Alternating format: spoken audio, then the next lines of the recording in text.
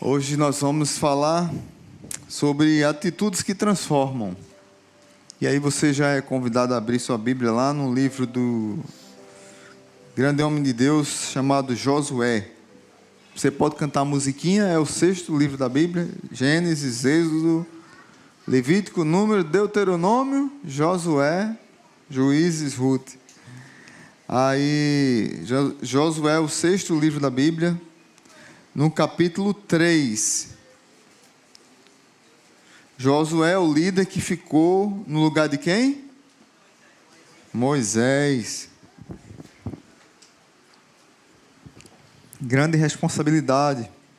Esse capítulo 3, ele é linkado com o capítulo 4, mas eu vou pregar só no 3.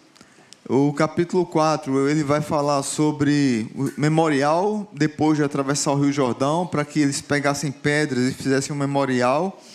E também vai reafirmar a liderança de Josué. Deus dizendo: Josué, eu estou com você, assim como eu estive com Moisés, eu estou com você. Então, o capítulo 4 é mais isso. Mas o capítulo 3 de Josué, a travessia do Jordão, é um texto muito conhecido. E tem muitas lições para nós. E eu queria tirar algumas lições para nossas vidas hoje. Só uma pergunta: o horário da TV ali está certo? Aquele horário? Está ok para me ajudar? Obrigado. A travessia do Jordão. De manhã, bem cedo, Josué e todos os israelitas partiram de Sitim e foram para o Jordão, onde acamparam antes de atravessar o rio. 3 dias depois, os oficiais percorreram o acampamento e deram esta ordem ao povo: quando virem a arca da aliança do Senhor, seu Deus, e os sacerdotes levitas carregando a arca, saiam das suas posições e sigam-na. Mas mantenham a distância de cerca de 900 metros entre vocês e a arca. Não se aproximem. Desse modo saberão que caminho seguir, pois vocês nunca passaram por lá. Josué ordenou ao povo: santifiquem-se, pois amanhã o Senhor fará maravilhas entre vocês. E disse aos sacerdotes: levantem a arca da aliança e passem à frente do povo. Eles a levantaram e foram na frente. E o Senhor disse a Josué: hoje começarei a exaltá-lo à vista de todo Israel, para que saibam que estarei com você como estive com Moisés.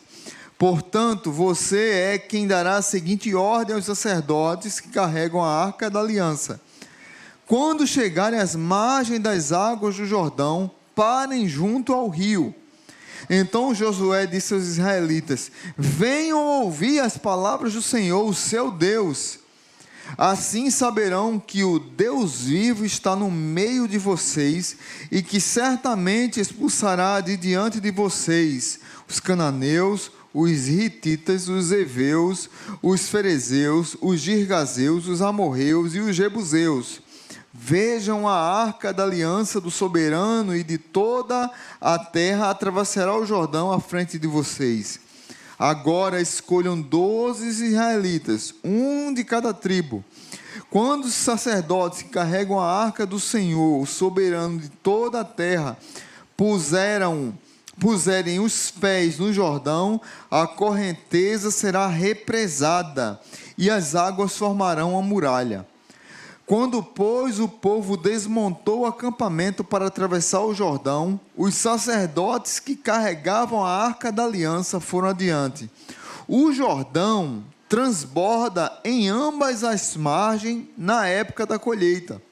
Assim que os sacerdotes que carregavam a arca da aliança chegaram ao Jordão e seus pés tocaram as águas, a correnteza que descia parou de correr e formou uma muralha a grande distância, perto de uma cidade chamada Adã, nas proximidades de Zaretã, e as águas que desciam para o mar de Arabá, o mar salgado, escoaram totalmente.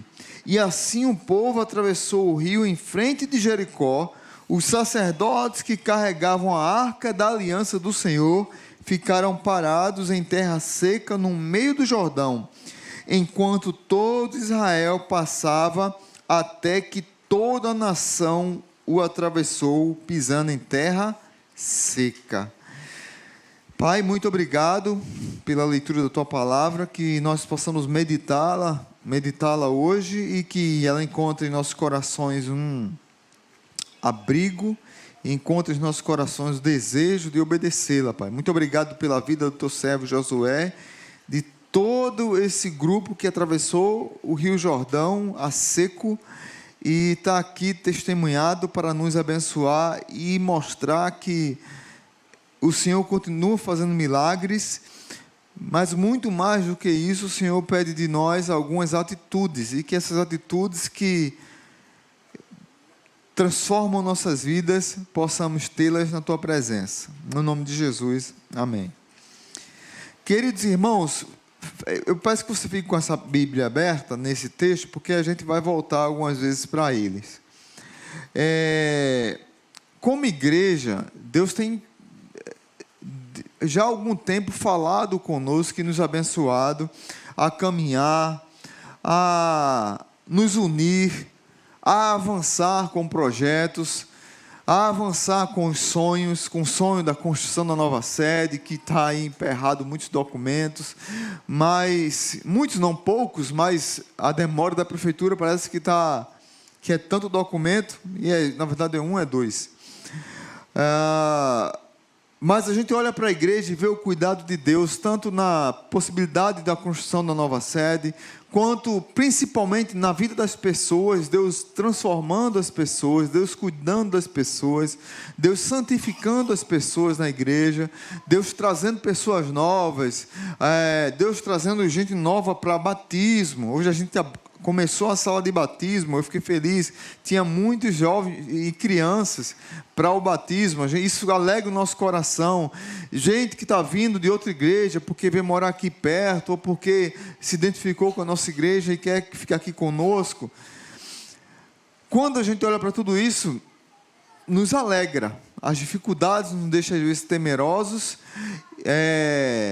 o milagre que está na nossa frente, e às vezes é grande demais, aí a gente fica com medo de avançar, mas olhando para esse texto, você vê Deus chamando Josué a tomar uma atitude, que vai transformar tanto a sua vida, quanto a vida do povo que o segue, e muitas vezes tem coisas que nos impedem de tomar uma atitude. Sempre haverá um Jordão para eu e você atravessarmos. Sempre haverá um Jordão.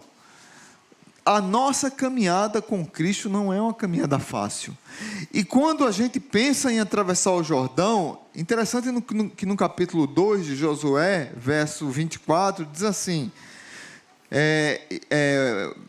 e disseram a Josué: sem dúvida o Senhor entregou a terra toda em nossas mãos. Todos estão apavorados por nossa causa. O povo do lado de cá do Jordão, o povo de Israel estava com medo.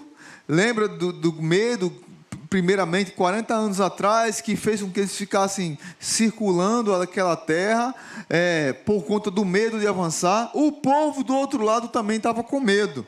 Mas é interessante que chega um momento que Deus confronta Israel a tomar uma atitude. Charles Swindoll escreve essa atitude assim: somos confrontados com uma série de grandes oportunidades. Veja bem, somos confrontados com uma série de grandes oportunidades, esplendidamente disfarçadas em situações impossíveis. A gente às vezes olha para uma situação, acha que é impossível, olha para um Jordão, acha que é impossível atravessar, e a gente fica do lado de cá, sem experimentar o que Deus quer fazer conosco do outro lado, por conta do medo, por conta da nossa incredulidade, por conta da nossa pequenez. E isso nos afeta e nos machuca. Atrás de Israel havia um deserto de 40 anos peregrinando. Quando você olha para esse momento histórico aqui de Josué capítulo 3, lembre que esse povo já está há 40 anos andando para que uma geração toda morresse e uma nova geração nascesse. E essa nova geração, junto com apenas 2 pessoas da antiga geração, ia atravessar o Jordão. Quem eram essas pessoas? Josué e Calebe. Então, esse Jordão que eles estão de frente simboliza 40 anos que eles estão deixando para trás. Mas muito mais do que isso, simboliza 430 anos do cativeiro egípcio, que também vai ficar para trás. Vão ficar para trás as montanhas áridas e o deserto calorento. Vai ficar para trás também as lembranças amargas daqueles que não verão a terra prometida. Agora, o que é que tem do outro lado? Se eles continuarem a caminhada e encaixarem com fé na caminhada para atravessar o rio. O que é que tem do outro lado do Jordão? Tem uma terra farta? Milhos, cereais, uvas, melões, jardins, etc. Lembra das uvas que viram lá atrás? Que eram os cachos de uvas tão grandes que precisavam de 2 homens para carregar um cacho de uva. Teriam no outro lado água, muitos poços, deixariam de comer o maná do deserto, porque lá havia comida. Teriam a cidade de Belém. Veja bem, o que é que tem na frente de Israel? Tem a cidade de Belém. Quem foi que nasceu em Belém? Alguns anos depois? Jesus. Teriam a futura cidade de Jerusalém, a cidade de Jebus, que depois se transformou em Jerusalém, como cidade espiritual da nação. Jerusalém, onde o seu Salvador, fora dos portões, morreu. Veja bem, de um lado havia vergonha, sofrimento, lutas, escravidão, fome, miséria, incredulidade. Isso tudo estava de um lado de cá do Jordão. E se atravessasse outra coisa totalmente diferente. Então quero trazer para vocês, quero pegar no seu braço e convidar você a atravessar o Jordão comigo. Eu sei que não é fácil atravessar o Jordão, porque o Jordão, principalmente na época de cheia, ele transbordava dos 2 lados, e o Jordão é numa descida. Então você imagina uma correnteza violenta de um rio. Eu imagino não sei aqui quem já viajou para o Pará, mas quando a gente vai para Belém, o avião vai preparando para o pouso, ele passa pelo aquele marzão de rio gigantesco, que você olha para um lado, vê água do rio, olha para o outro, vê água do rio, é só água do rio, gigante o rio, uma força, uma correnteza gigantesca.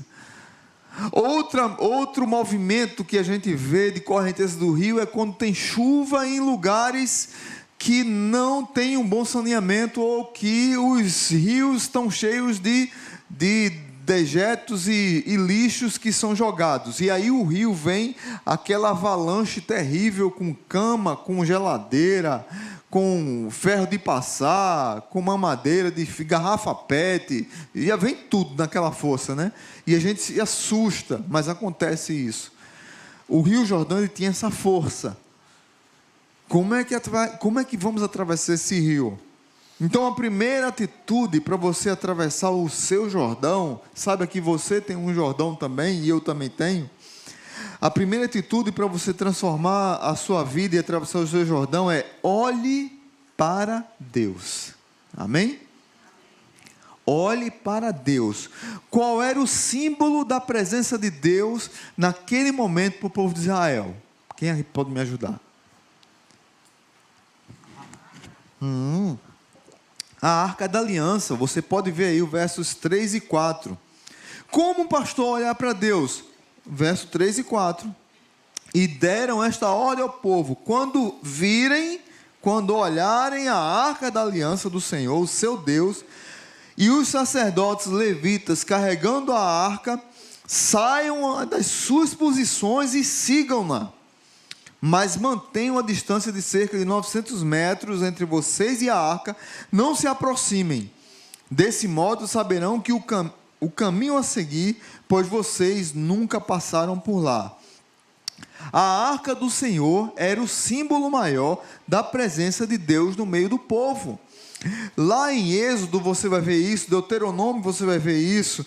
Normalmente ela era colocada no meio das fileiras do povo de Israel. Nesse caso aqui, era na frente porque eles não sabiam o caminho. Então tinha que olhar para a arca e Deus milagrosamente revelou a Josué e ao povo o caminho certo a seguir. Olha, o caminho é esse. Por isso que agora está na frente. Significava que Deus não apenas estava abrindo o caminho, mas que Deus ia na frente como o Senhor dos Exércitos, simbolizado na arca, à frente do povo de Israel, vencendo os inimigos. A ideia é que não só Deus está na frente da rota, Deus está corrigindo a rota, Deus está levando no caminho. A ideia também é de que Deus está lutando as nossas batalhas. Por isso que é muito forte, tanto no livro de Josué, quanto no livro de Êxodo, quando Deus fala para Moisés, e Deus fala para Josué, olha, eu estou contigo, não é que eu mando você ir, eu estou do seu lado, eu estou do seu lado. Então, olha para Deus, siga a arca, olha para a arca. Era uma lembrança viva e constante de que toda conquista só teria êxito se o povo de Deus seguisse o Senhor passo a passo. É passo a passo seguindo a arca, passo a passo, crendo em Deus, crendo que a fé é crer no caráter de Deus. Eu disse isso aqui várias vezes para vocês. O que é fé? Muitas vezes a gente fala de uma fé de se atirar no escuro, de se atirar num abismo. Não, fé não tem nada a ver com isso. Fé significa em crer no caráter de Deus. Você conhece o caráter de Deus e você tem fé no caráter de Deus. E aí você o segue e avança. Então, olhe para Deus como? Seguindo a arca. Segundo, ouvindo a palavra. Ouvindo a palavra, verso 9, veja o que aqui diz o verso 9. Então disse, você pode colocar do 9 ao 13, mas eu vou ler só o 9 aqui. Então Josué disse aos israelitas, venham ouvir as palavras do Senhor, o seu Deus. Como é que eu olho para Deus, pastor? Seguindo a arca e ouvindo a palavra, ouvindo o que Deus tem para mim. Josué era o representante da palavra. Tem muitas pessoas que têm ouvido muitas coisas, mas não têm ouvido a palavra de Deus.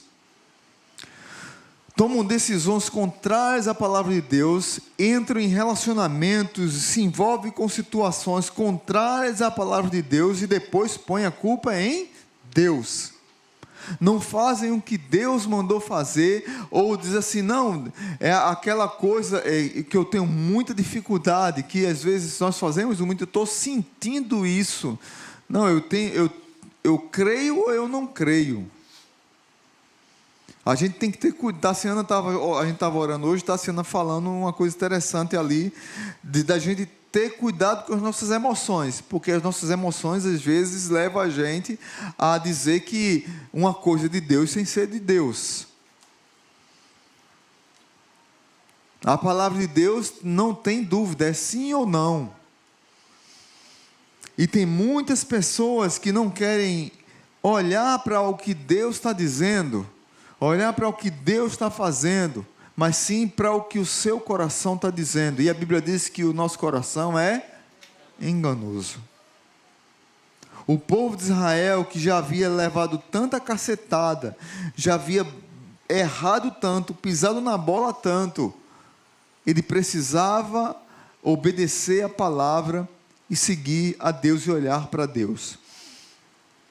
Aí você olha para o Novo Testamento, diz, pastor, mas aqui está falando do Antigo Testamento, o senhor está falando da arca, não tem mais arca hoje para a gente olhar, está falando para ouvir a palavra, e o profeta era Josué, mas não tem para quem a gente ouvir hoje. Aí você vai lá para Hebreus capítulo 12, segura aí Josué e vai para Hebreus capítulo 12, Novo Testamento, lá no final da Bíblia.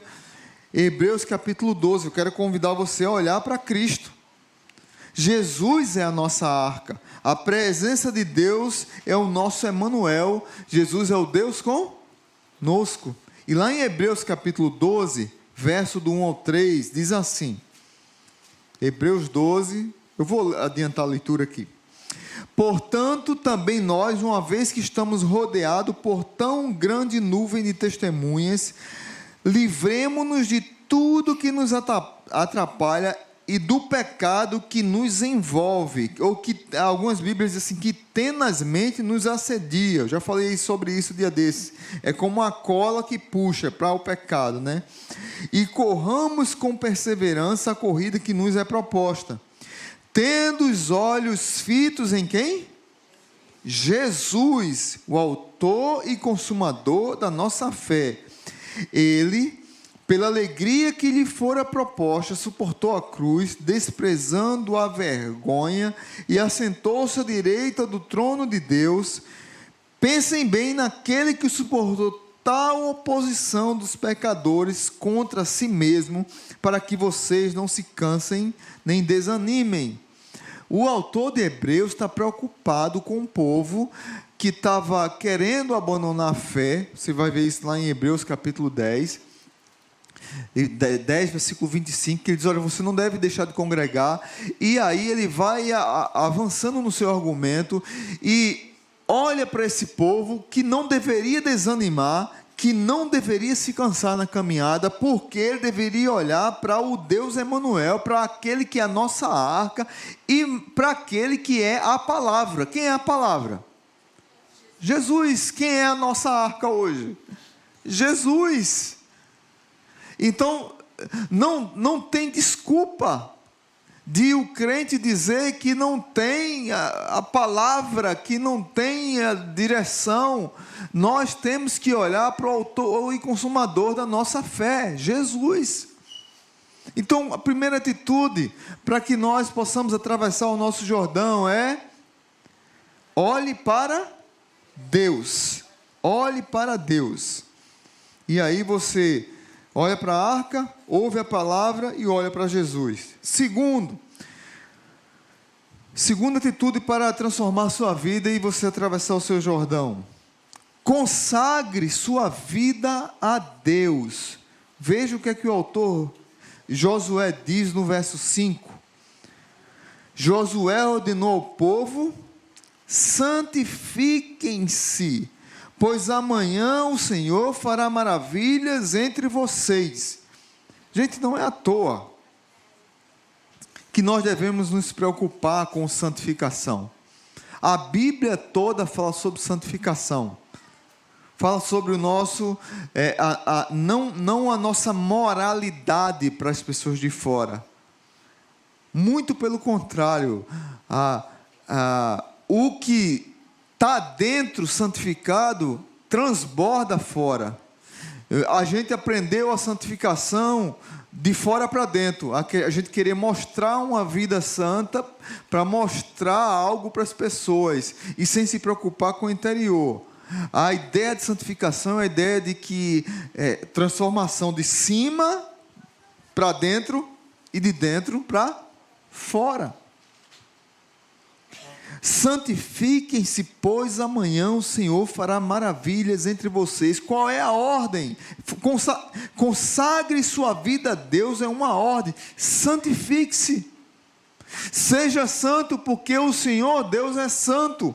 A ideia aqui é de se lavar. Tassiana orou aqui no final, falando sobre chegar e tomar um banho. É um banho, chegar cansado, sujo, e a gente tomar um banho, e parece que foi um banho de Deus na nossa vida. Literalmente, o que Josué está dizendo é isso: tomem banho, troquem os vestidos, troquem as roupas, abandone os ídolos, abandone a comida sacrificada a ídolo. Abandone tudo aquilo que desagrada ao Senhor, porque você está no meio do povo do Senhor. Você pode meditar depois em Levítico, capítulo 17. A ideia de santificação é a ideia de pureza, de estar branco, de estar alvo mais que a neve. Por mais que Kleber Lucas diga que isso é racismo, pelo amor de Deus. Eu nunca vi o ponto que os crentes estão chegando por causa de uma ideologia ridícula, a pessoa querer condenar o hino Alvo Mais Que a Neve, que não tem nada a ver com racismo, tem a ver com santificação. Sei onde ele estava com a cabeça, se foi muita dose de uísque na cabeça dele, ou se ele abandonou a fé mesmo, depois de tantas músicas lindas que fez, né? Mas acontece, é um ser humano, qualquer um de nós pode cair. Mas você pode cantar a música Alvo Mais Que a Neve? Pode cantar, pastor? Deve! Seja bendito o Cordeiro, que na cruz por nós... Olha aí. Seja bendito o seu sangue, que por nós pecadores verter. Sim, nesse sangue lavado, com tão alvas são os pecadores remidos, que perante seu Deus hoje estão. Alvo mais que a neve, alvo mais que a neve, alvo mais que a neve. Sim, neste sangue lavado, mais alvo que a neve serei. Amém? Aleluia. Cante esse hino. Não vá nessas loucuras, ideologia que quer superar o evangelho. Tem muita gente doente por causa de ideologia. Então, Josué dá uma ordem: consagre sua vida a Deus. E dentro dessa ordem tem uma outra ordem, é santifique-se, cresça na fé. Você tem responsabilidade de crescer na fé. Como? Buscando santificação. Isso é diário. Não, volto a dizer, não com a preocupação moralista externa, mas pelo contrário, com a renovação interior. Paulo fala muito de revestirmos, de despirmos e de vestir uma nova roupa. Você vê Paulo falando isso diretamente nas suas cartas. Tira uma roupa suja e põe uma roupa limpa. Então a ideia tem a ver com banho, com lavar, regenerador. Mas também tem uma promessa. A promessa, no versículo 5, santifiquem-se, pois amanhã o Senhor fará maravilhas no meio de Deus, no meio de vocês. Tem uma ordem, mas tem uma promessa: amanhã o Senhor fará maravilhas. Mas essas maravilhas que Deus vai falar, para o povo de Israel, ela é condicional. A condição para a maravilha acontecer é ter uma vida santificada. Eles precisavam se lavar. Antes de entrar no Rio Jordão, eles precisavam estar purificados. E aí você pode olhar para Provérbios 28, 13, que diz: quem esconde os seus pecados não prospera, mas quem os confessa e deixa, encontra misericórdia. Você pode ir para o Salmo 32, quando Davi vai falar do seu pecado. Davi diz no Salmo 32: enquanto escondi os meus pecados, o meu corpo definhava de tanto gemer, pois de dia e de noite a tua mão pesava sobre mim. Minha força foi se esgotando como em tempo de seca. Então reconheci diante de ti o meu pecado e não encobri as minhas culpas. Eu disse: confessarei as minhas transgressões ao Senhor, e tu perdoaste a culpa do meu coração. Não existe avivamento, não existe transformação de vida, não existe vencer o nosso Jordão sem santificação. A palavra de Deus nos convida a uma vida consagrada, e isso desemboca em frutos de justiça. O tempo todo nós precisamos de ajustes espirituais. O tempo todo, meus irmãos, é todo dia, a batalha não é fácil. O pecado, como diz lá em Hebreus, tenazmente nos assedia. Tenazmente, literalmente, ele cola e ele quer puxar a gente para baixo, puxar a gente para a dependência dele.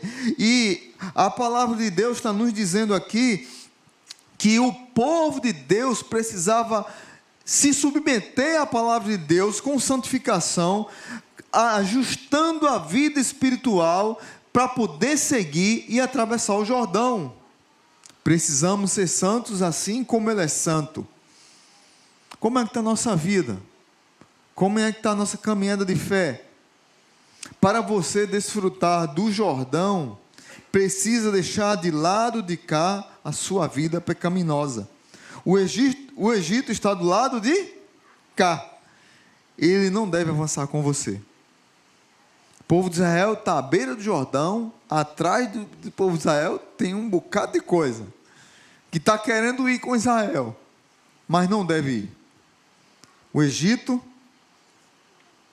bagagem extra, pecado, mentira, incredulidade, o medo descontrolado, o pecado que atrapalha a fé crescer. Tudo isso está do lado de cá. Eles têm que andar para lá. E para andar e atravessar o Jordão, literalmente, é como se Deus estivesse dizendo assim: olha, joga fora a bagagem extra.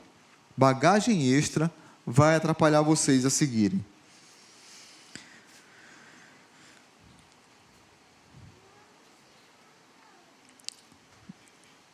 Ainda, verso 6 e verso 7, olha comigo. E disse aos sacerdotes: levantem a arca da aliança e passem à frente do povo. Eles levantaram e foram à frente. E o Senhor disse a Josué: hoje começarei a exaltá-lo à vista de todo Israel, para que saibam que estarei com você como estive com Moisés. Deus levanta um líder no meio do povo, e esse líder foi Josué, e Deus compara Josué a Moisés. Mas é interessante que Moisés não viu a terra prometida, ele morreu antes. Moisés era tão amado por esse povo que, se ele morresse depois da travessia, talvez fizessem um túmulo lá e ficassem adorando. Veja como o coração do povo era pecaminoso. Deus não permitiu que Moisés atravessasse. Provavelmente o povo ia fazer um túmulo bem bonito e ia ficar idolatrando os ossos de Moisés. E aí Deus vai levantando um líder. Isso é muito importante, porque você vai ver isso em todo o livro de Josué. É muito importante a passagem de bastão da liderança de Moisés para Josué, e Deus liberando Josué para fazer a obra. E por último, terceira atitude, vamos recapitular. A primeira atitude para atravessar o seu Jordão é olhe para Deus. Segundo, consagre sua vida a Deus em santificação. E terceiro e último, decida cruzar o Jordão. Talvez aqui seja o mais difícil, você tomar a decisão de querer cruzar o Jordão. Você tem um Jordão para atravessar. Verso 14 ao 17. Diz assim: quando, pois, o povo desmontou o acampamento para atravessar o Jordão, os sacerdotes que carregavam a arca da aliança foram adiante. E aqui ele dá uma informação importante no verso 15. O Jordão transborda em ambas as margens na época da colheita. Assim que os sacerdotes que carregavam a arca da aliança chegaram ao Jordão e seus pés tocaram as águas, a correnteza que descia parou de correr e formou uma muralha a grande distância. Aqui não diz, mas diz o endereço, né? perto de uma cidade chamada Adã, nas proximidades de Zaretã, e as águas que desciam para o mar de Arabá, o mar salgado, escoaram totalmente. E assim o povo atravessou o rio em frente de Jericó. Os sacerdotes que carregavam a água da aliança do Senhor, a arca da aliança do Senhor, ficaram parados em terra seca no meio do Jordão, enquanto todo Israel passava até que toda a nação atravessou pisando em terra seca. Queridos, quando a arca chegou no início do Rio Jordão, que Deus represou a água a 20 quilômetros de distância. 20 quilômetros daqui para onde, mais ou menos? Daqui para a cidade? É da 13, né? Para a Zona Norte. Daqui para a Zona Norte. Como daqui para a Zona Norte, a água ficou represada e a água que vinha para cá foi escoada totalmente. Lá ficou uma muralha de água e aquela água não descia. Ou seja, aqui não diz 20 quilômetros, mas diz o local, a cidade de Adã e onde o povo de Israel estava, em uma distância de 20 quilômetros. É interessante que esse rio, na parte mais rasa, ele media entre 90 centímetros a 1,80 m. E na parte mais funda, o rio chegava a 5 metros de profundidade. Fique imaginando o povo de Israel para atravessar esse rio, mais ou menos 2 milhões de pessoas, sabendo dessas informações. Imagine o medo, será que vai dar certo? Quantos de nós vamos morrer no caminho? Nós não vamos conseguir, porque é o que acontece conosco. Quando Deus põe algo quase impossível para a gente fazer, a gente fica com medo. É gigante demais, é profundo demais, não dá para mim. É impossível seguir. Mas é interessante que quando o pessoal que carregava a arca, os levitas, pisaram até a metade, provavelmente eles pisaram em lama. E os que estavam segurando a arca foram na lama, afundando e subindo, vai chegar no meio. E depois ficou tudo seco. Quando o povo de Israel veio para atravessar, a terra já estava seca. Eles atravessaram em terra seca. Então, pastor, como é que eu decido cruzar o meu Jordão? Dando o primeiro passo. Para o que Deus está te convidando e convocando para que você dê o primeiro passo? Veja o que diz o verso 15 e 16a. Assim que os sacerdotes que carregavam a arca da aliança chegaram ao Jordão e seus pés tocaram a água, a correnteza que descia parou de correr e formou uma muralha a grande distância. Dê o primeiro passo. Tem pessoas que chegam para conversar comigo, casais de noivos preocupados, como é que vai ser o casamento, como é que vai casar, mas estão tudo bem, o relacionamento bom, tantos meses de namoro e quer casar. Eu não sei porquê, mas sempre me vem esse texto na mente. Quer casar? Dê o primeiro passo. Creia no milagre, Deus vai deixar e ajudá-lo a atravessar esse Jordão. Dê o primeiro passo, você precisa dar o primeiro passo, porque você tem uma vida que precisa de decisão. Você precisa decidir sair do lado de cá e ir para o lado de lá. Você precisa entender que, por mais milagroso que seja Deus represar a água do Jordão, Deus quer que você tenha atitude de santificação, atitude de olhar para Deus e atitude de se levantar do seu lugar, de fechar acampamento e colocar a mochila nas costas e seguir.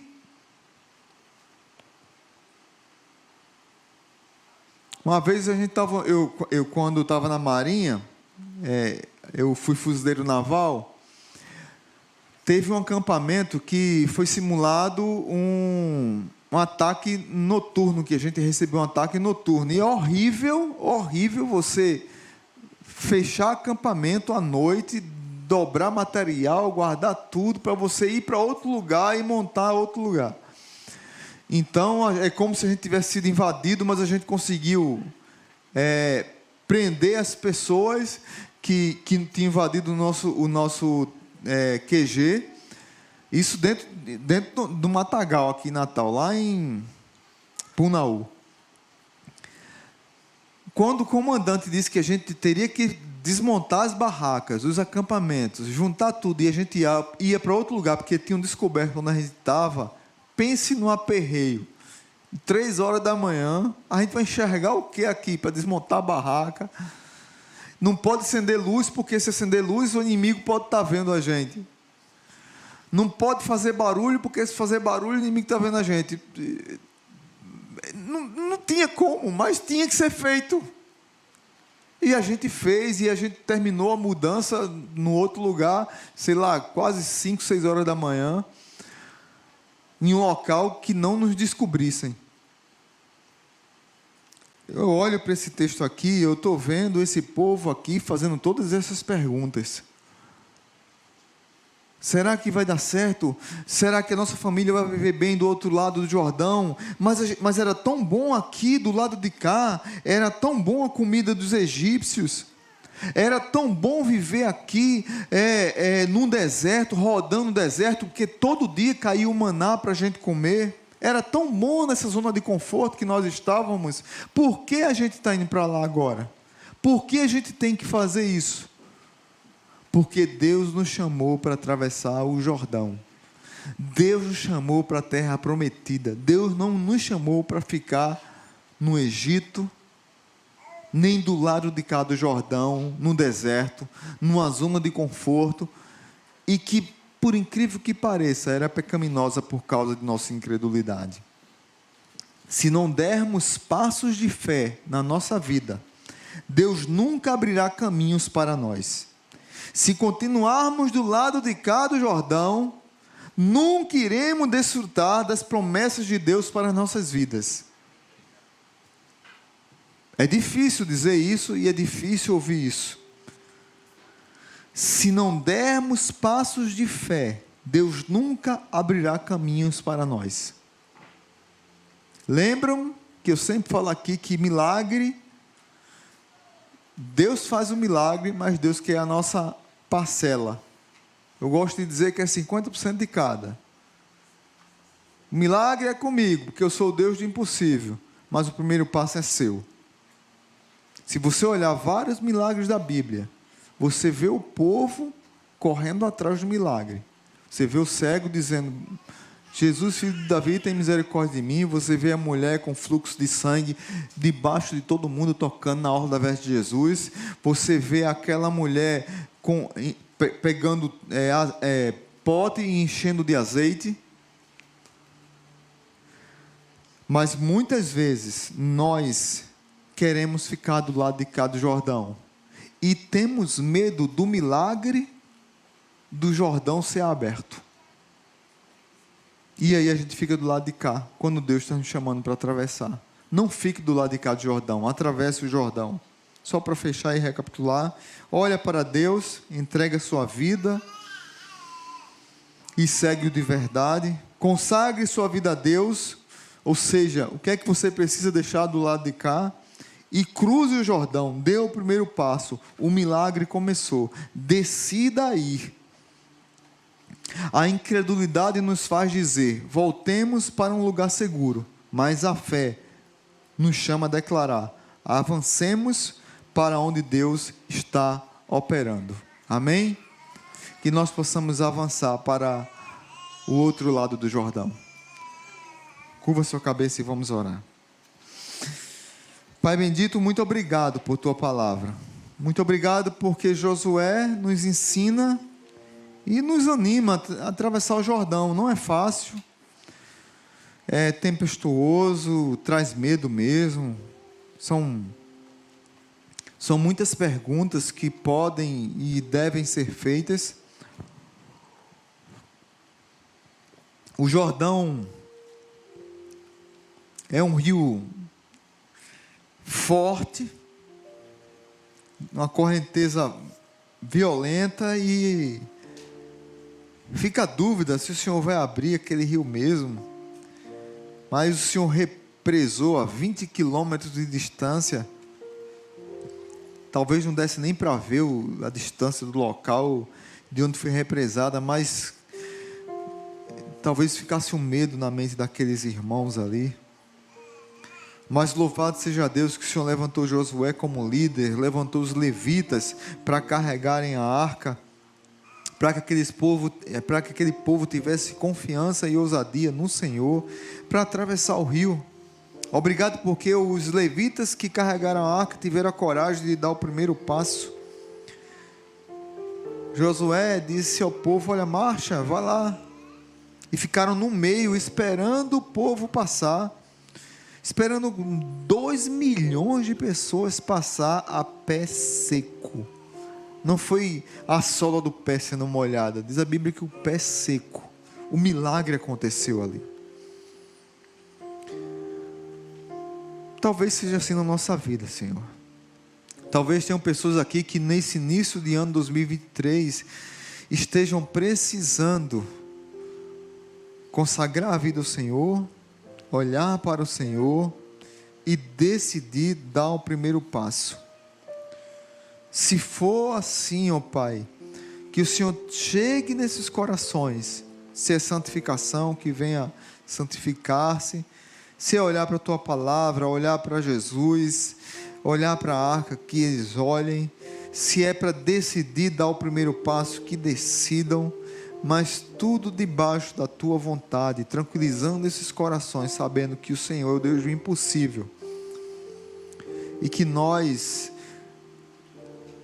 precisamos atravessar o Jordão, porque do lado de cá do Jordão não tem nada para nós, mas do lado de lá do Jordão tem muita coisa boa, mas principalmente para o povo de Israel nasceria o seu Salvador e Redentor, Jesus Cristo. Que o amor de Deus o Pai, que a graça maravilhosa de Jesus e que a comunhão do Espírito Santo esteja sobre nós. Nos dá uma semana cheia de paz, cheia da Tua graça e cheia do Teu cuidado. No nome de Jesus. Amém.